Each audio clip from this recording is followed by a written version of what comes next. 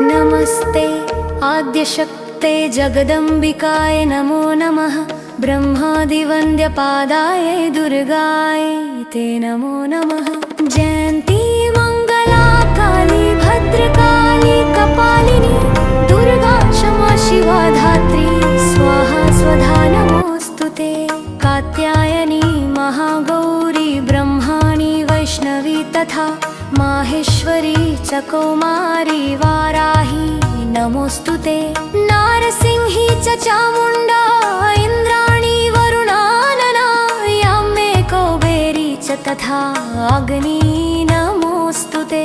शारदा नारदाम्बा च पुष्करे च सरस्वती त्रिपुरा कामरूपा च कामाख्या नमोऽस्तुते।